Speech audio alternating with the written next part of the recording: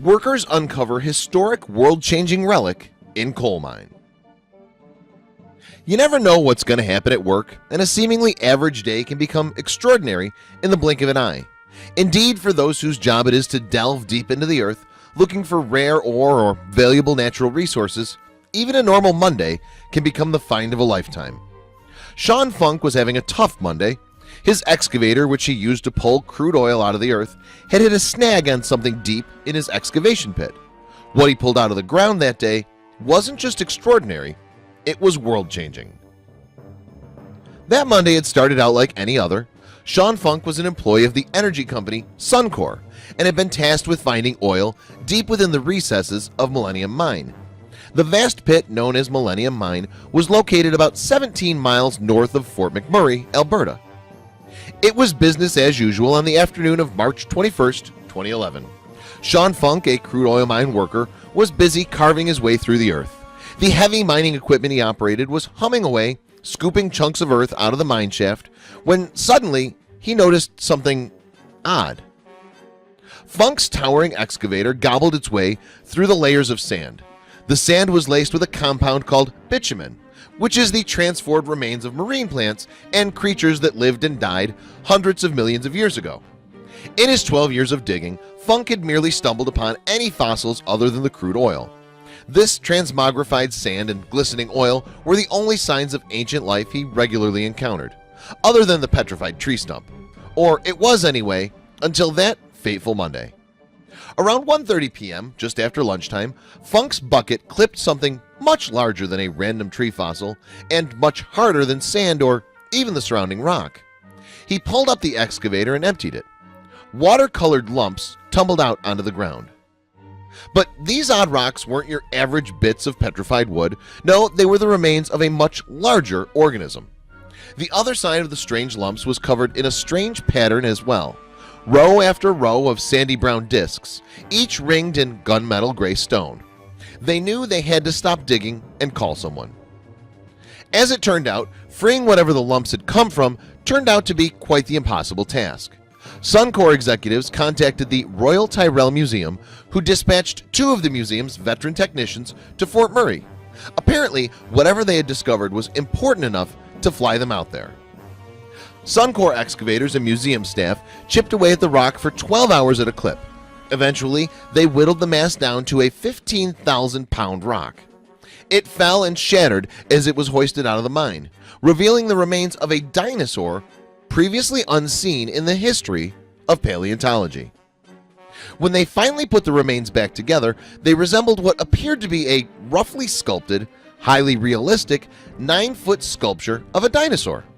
Bony scutes and plates adorn the top side of the piece. Yet this is no lifelike sculpture though, but a real dinosaur that had been petrified entirely. The dinosaur was such a well-preserved example that many have taken to calling it not a fossil, but more rather a dinosaur mummy. The animal looks as though it had died only a few days ago. Yet where did this dinosaur come from, and what happened that caused it to be so completely preserved? The animal in question lived 110 million years ago. The armored plant eater, a creature not unlike Ankylosaurus, lumbered through what is now Western Canada. That is, until a flooded river must have swept the plated Goliath out into the open ocean. Despite being battered and drowned by the rushing water, the creature remained completely intact. Yet how it did so is still something of a mystery. Eventually, the Ankylosaurus sank into the sea, settling into the sand and substrate. There it remained for the next million years.